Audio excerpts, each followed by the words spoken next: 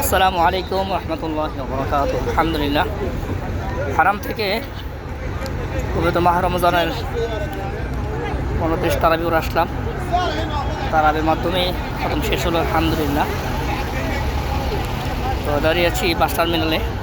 দেখাইছিলাম, আজকে আবারও দেখাই।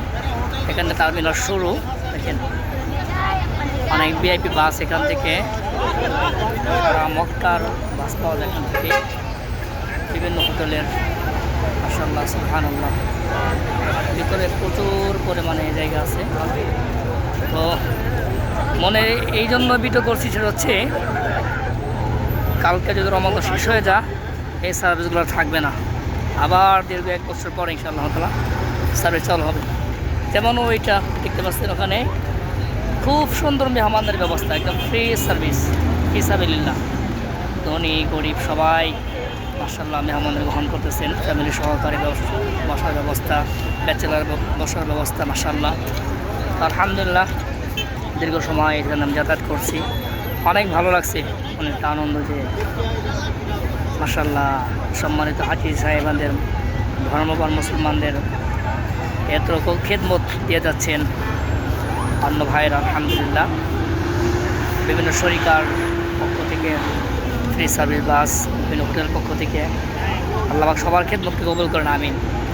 যে যেইভাবে খেদমত করতেছেন মুসল্লিদের আল্লাহ সবার খেদমতকে কবুল করেন, দোয়া করি। আর আজকে একটি ইতিহাসের সাক্ষী হলাম আলহামদুলিল্লাহ।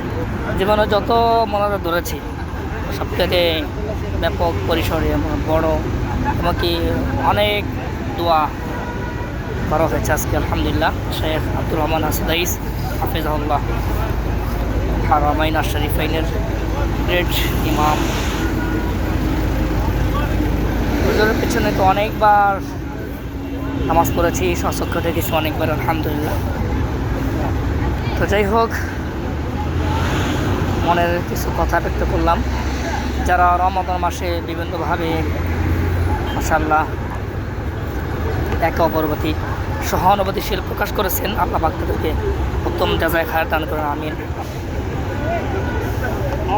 রমজান মাস আসার কথা ছিল, আসছে আবার চলেও যাচ্ছে। ইয়া রাব সুবহানাল্লাহ, আজকে 29 তারাবি পড়লাম। আল্লাহ যদি নসিবে রাখে হয়তো আগামীকাল তারাবি হতেও পারে, আর যদি চাঁদ দেখা যায় তাহলে তো 19 তারিখে সৌদি আরব আমিরাতে ঈদ হবে। এই হোক, আল্লাহ করিম আল্লাহ পাক সবাইকে দীর্ঘদিন খায়ের দান করেন। আগামী বছর যে আমরা সবাই মাহে রমজান মাস পাই, সেই তৌফিক আল্লাহ পাক দান করেন, আমিন।